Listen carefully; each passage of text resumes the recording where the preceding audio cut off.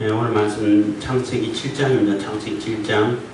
노아의 8인 가족과 동물들의 방주 승선, 그리고 노아 홍수 발생, 대홍수 발생 이렇게 얘기하나요?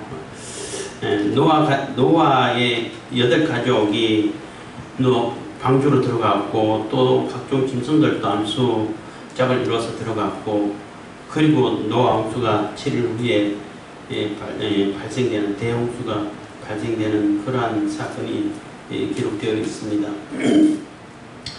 노아 홍수라고 그러죠. 대홍수, 이 지구의 대홍수가 전 지구적으로 일어났다는 것은 각종 어디 문명이든 가든 만에 다 홍수설화는 다 있어요.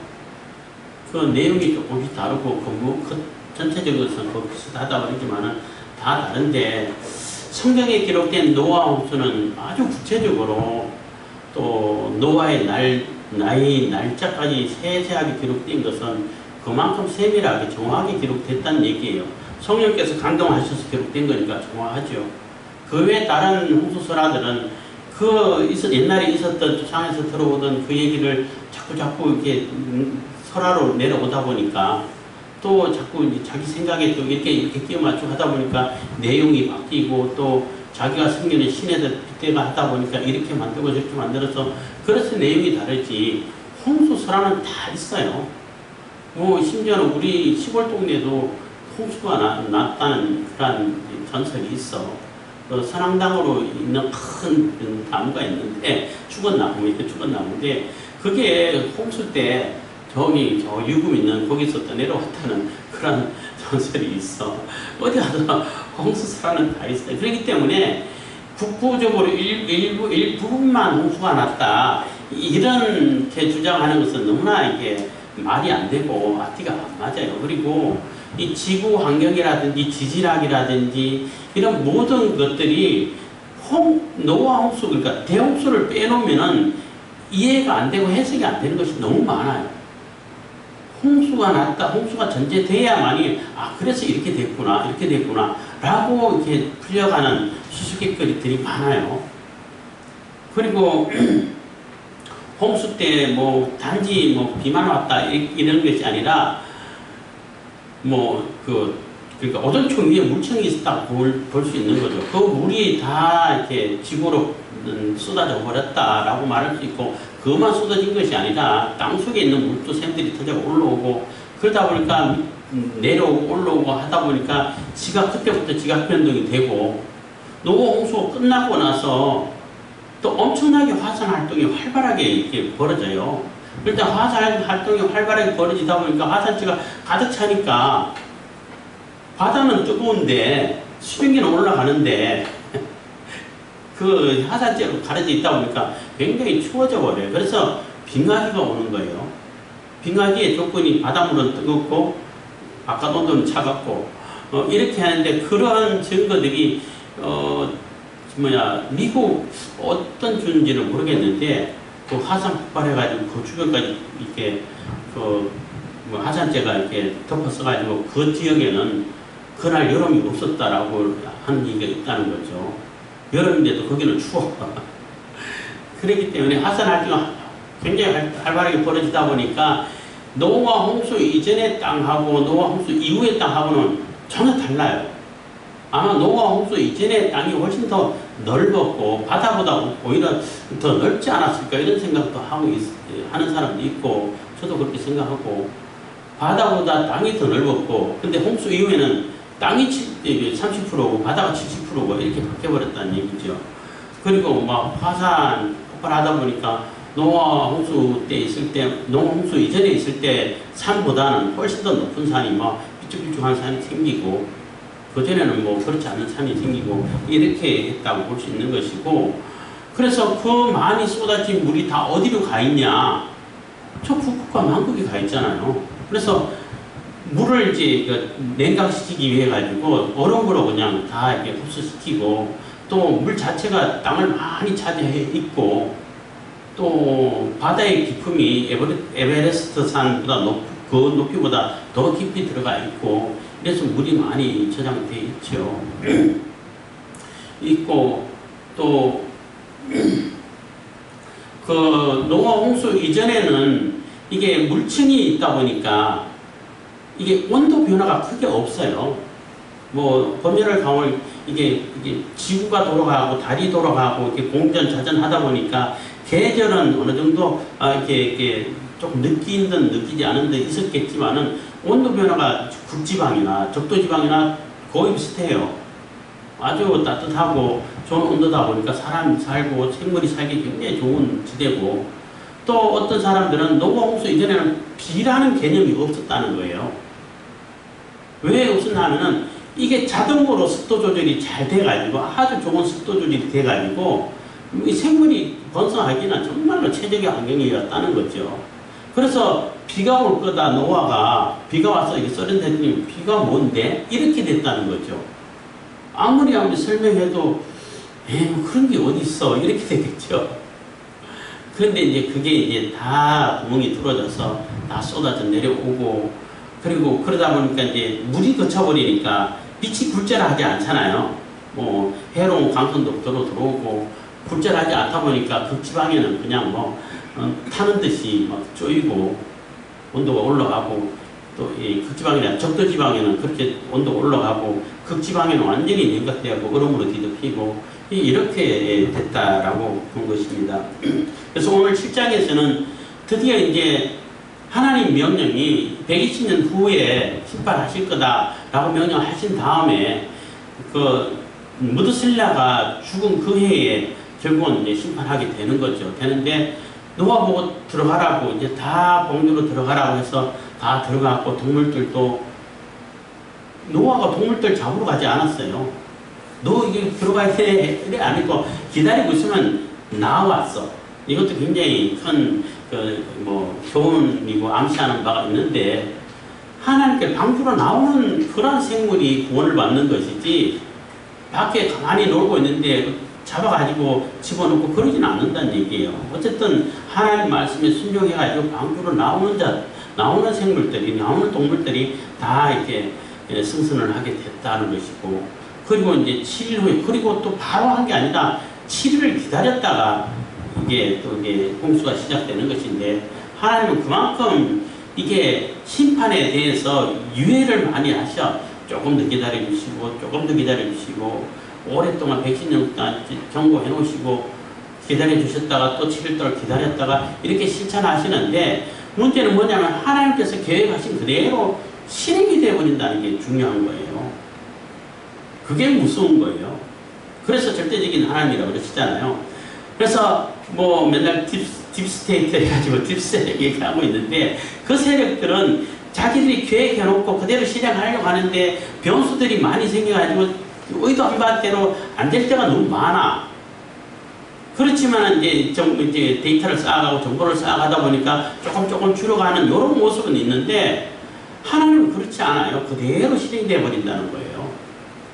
그렇기 때문에 절대자라고 말할 수 있는데, 근데 그 딥스 세력들은 하나님을 흉내내면서 자기들이 하나님이라 하면서 광고를 하지만은 그대로 자기들이 원하는 대로 되나 안 되죠. 그리고 자기들이 원하는 대로 됐을 때 그때가 이미 이제 지구 종말이다, 심판의 때다라고 생각하면 된다라고 말할 수 있는 것입니다. 그래서 7장에서는 노아가 이 방주로 들어가고 그 동물들도 들어가고 홍수가 나는 그러한 상황을 얘기하는 겁니다. 7장 1절, 여호와께서 노아에게 이르시되 너와 내 온 집은 방주로 들어가라. 내가 이 세대에 내 앞에서 의로움을 내가 보았습니다. 그래서 다 들어가라고 하고, 내가 이 세대에 내 앞에서 의로움을 보였다는 얘기는 노아는 전혀 죄가 없다는 얘기가 아니에요. 그래도 노아만큼은 하나님 중심으로 하나님 말씀을 순종하면서 살았다는 거예요.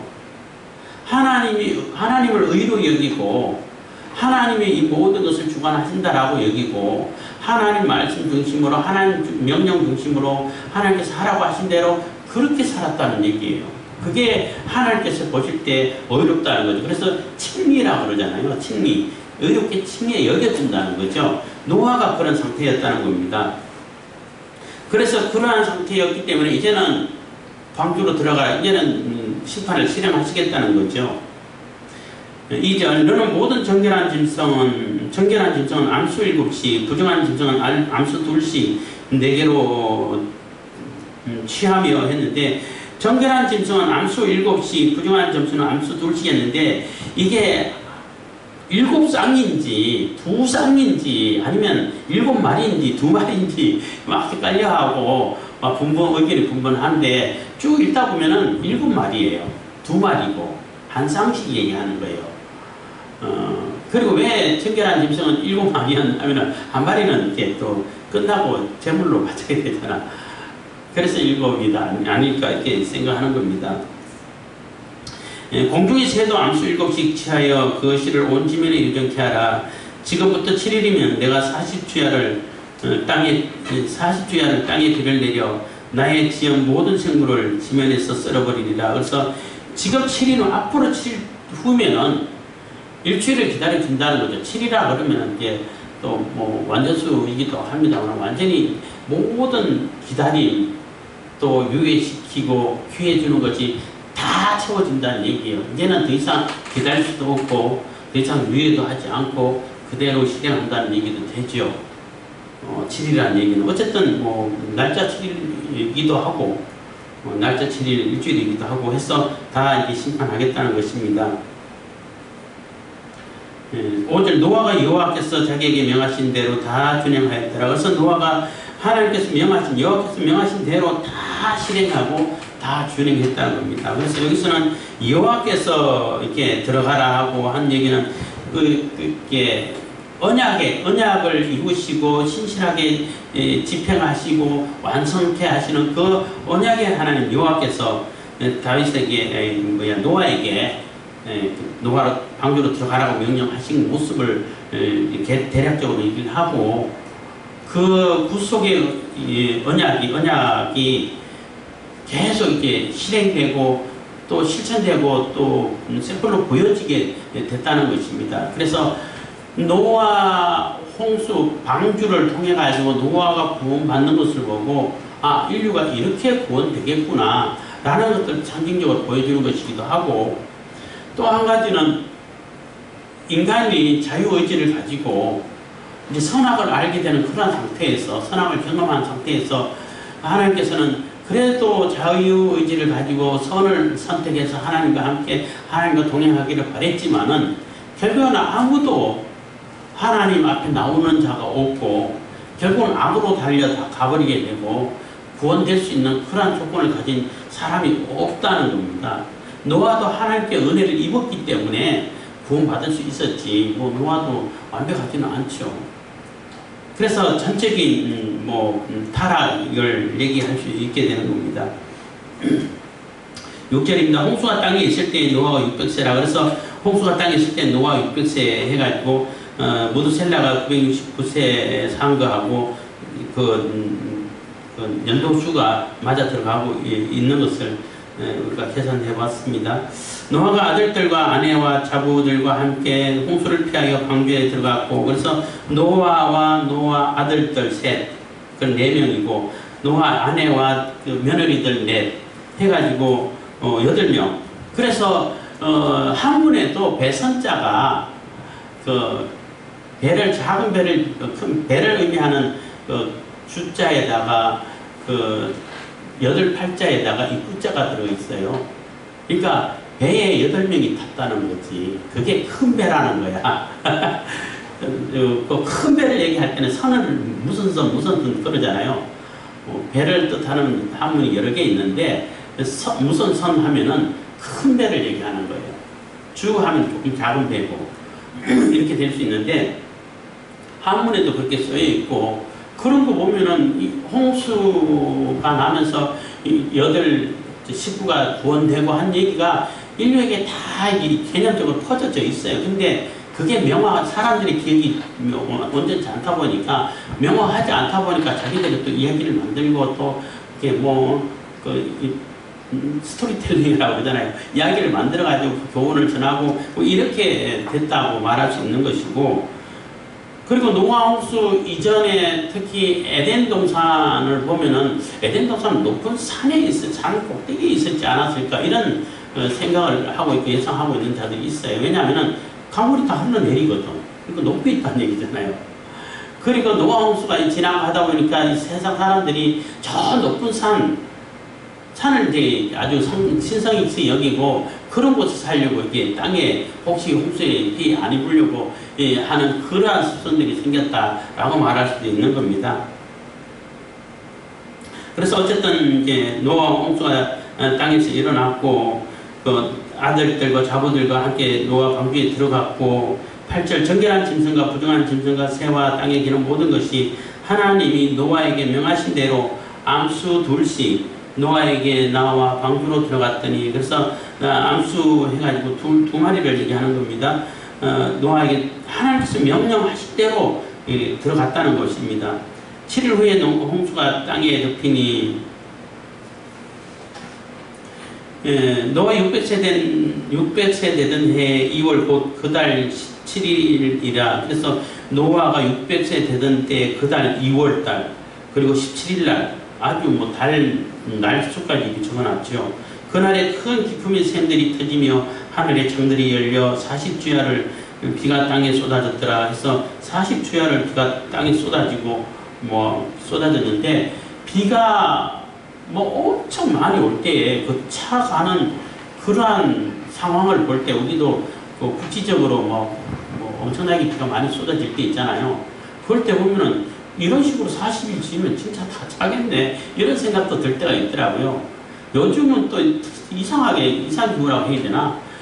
그 유튜브 같은 데 보다 보면은 비가 이상하게 한 곳에만 하늘에서 그냥 바켓으로 이렇게 큰 그릇으로 물을 쏟는 것처럼 그 지역만 어마어마하게 물이 방울이 아니야 물줄기가 쏟아지는 그런 경우도 있어요. 정말 특이하다 이런 생각하게 됐는데 어쨌든 간에 그 오존층 밖에 있는 물이 다 쏟아져 내린다 그러면 어마어마한 양이 되겠죠. 그리고 그게 40일 동안 빠져나왔다 하면 그 물량이 꽤 많을 수밖에 없겠죠. 많이 있었다. 그러니까 오존층 밖에 있는 물층이 얼마만큼 두꺼웠을까 이것도 어느 정도 예상해 볼 수 있지 않을까 이런 생각도 하게 됐는데 어쨌든 다 쏟아졌다는 것입니다.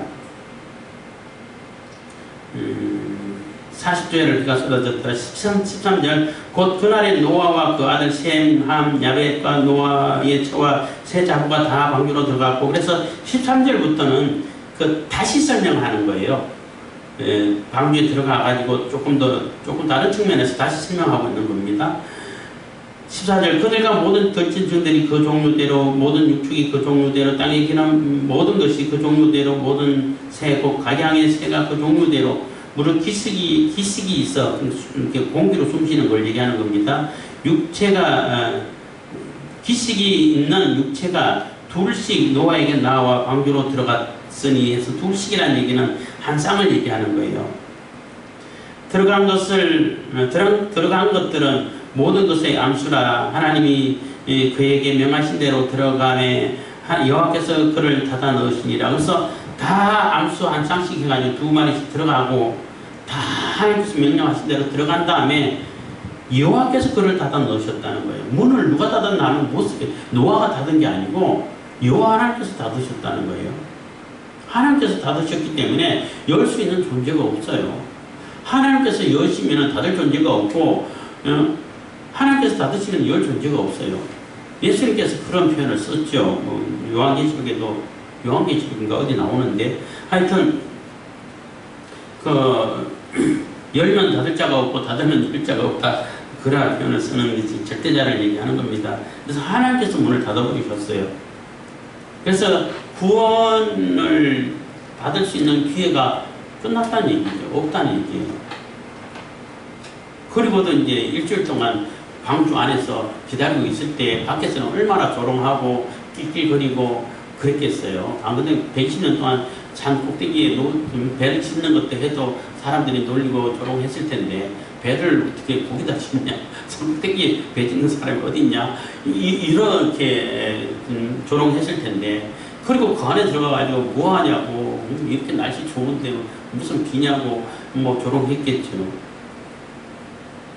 17절입니다. 홍수가 땅에 40일을 있었는지라 물이 많아져 방주가 땅에서 떠올랐고, 그래서 점점점 물이 많아서 방주가 떠올랐다는 겁니다. 물이 더 많아져. 정천급이라고 그러죠. 더 많아져. 땅이 창일함에 완전히 물이 다 덮여가고 있다는 겁니다. 방주가 물 위에 떠다녔으면 둥둥둥 떠다녔다는 거예요.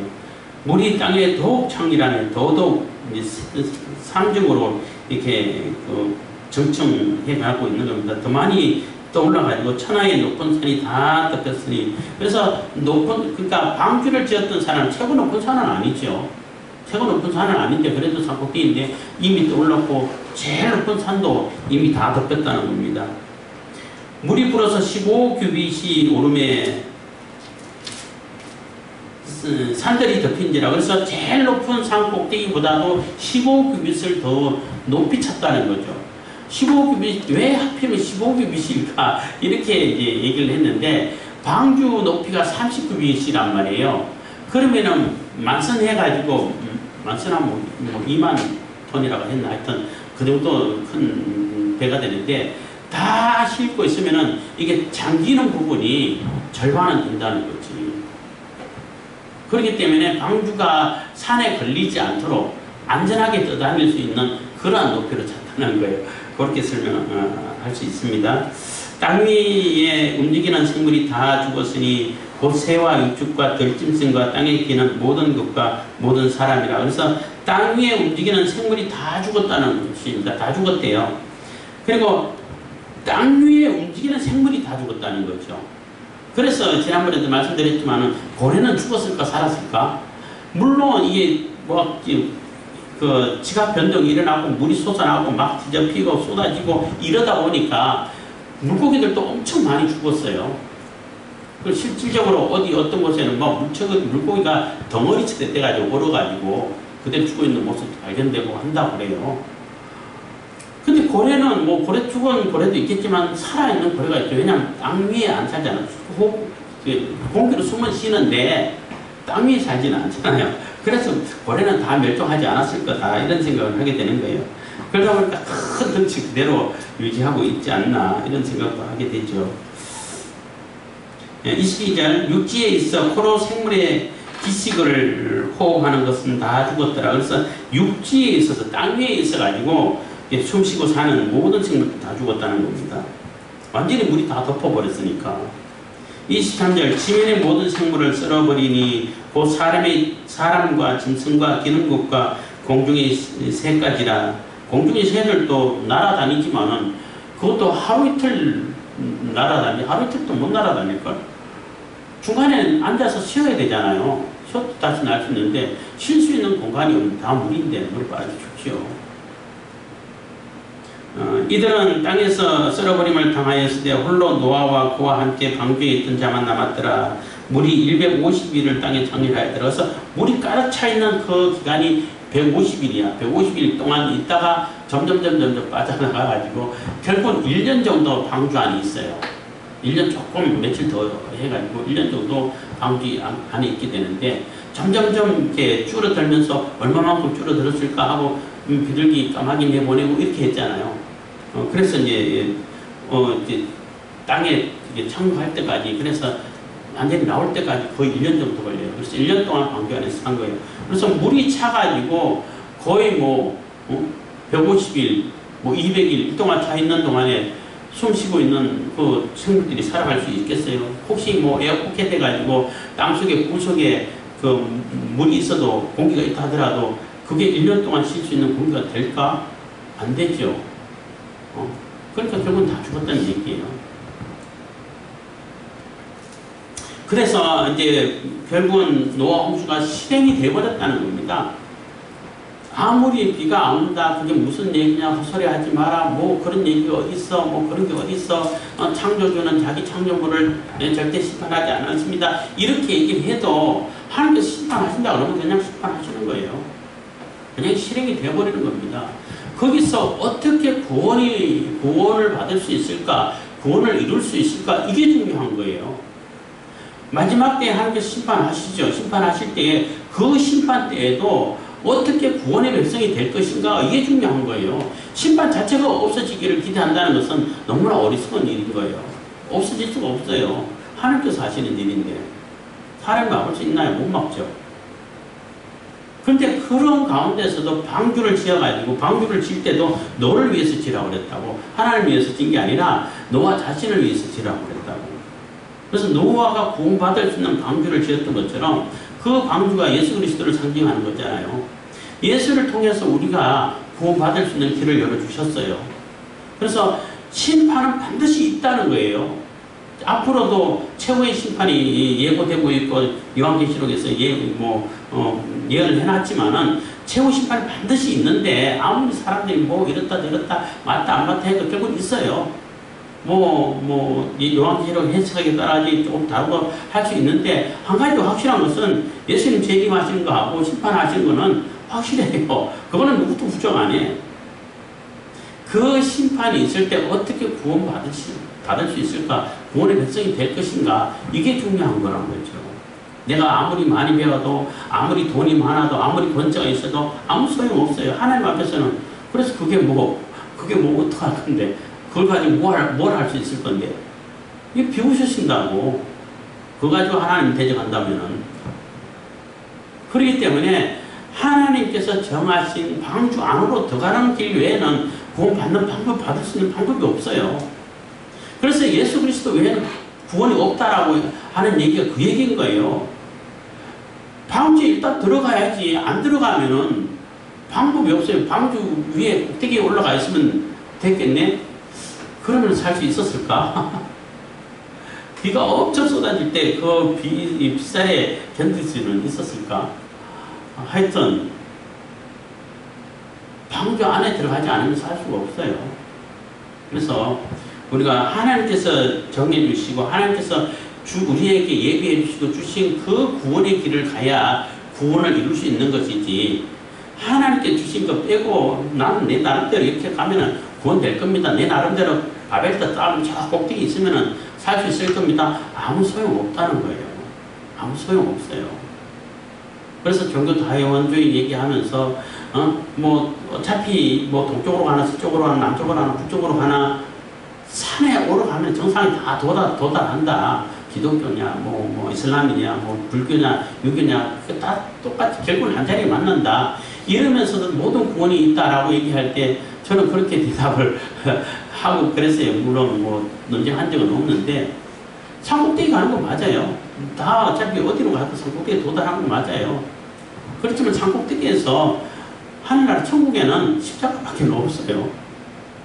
산꼭대기에 도달한다는 얘기는 나름대로 도덕이라든지 윤리를 이룰 수 있는 방법은 다른 종교로라도 윤리적인 가치가 있기 때문에 사람 사이에서 사람과 상대할 때는 그것을 이룰 수 있고 도덕적인 사람이 되고 또 윤리적인 사람이 된다. 그래도 나름대로 사람들이 성숙돼가는 모습을 보인다. 그거 이룰 수 있어요. 기독교만 그런 방법이 있다는 얘기는 아니에요. 그렇지만은 영원한 구원은 그 산꼭대기에서 하늘나라로 가는 거는 십자가 외에는 없다는 거죠. 다 산꼭대기에 왔으면은 십자가를 통해서 가야지. 그러면은 결국은 산에서 물이 다 잠겨서 죽는 수밖에 없어요. 방주를 타야 살아갈 수 있다는 건데 구원을 얻을 수 있다는 것입니다. 그래서 방주도 하나님께서 명령해가지고 그 명령에 순종한 동물들, 생물들, 사람들 그렇게 타게 됐고, 그리고 그 말씀에 따라가지고 다 방주로 나온 자들 다 들려보내주고, 한 생물도 너는 못생겼으니까 넌 냄새나니까 타지마 이런 거 없어요. 다 태웠어요. 그렇지만은 아무리 제대로 살았다 할지라도, 사람들 볼 때는 윤리적으로 도덕적으로 살았다 할지라도 방주로 안 나오면은 못 사는 거예요. 구원받을 수 없는 거예요. 그게 바로 구원의 도라는 것입니다. 기도하겠습니다. 사랑해 주신 감사합니다. 이 시간에 은혜와 볼 베푸심 감사드립니다.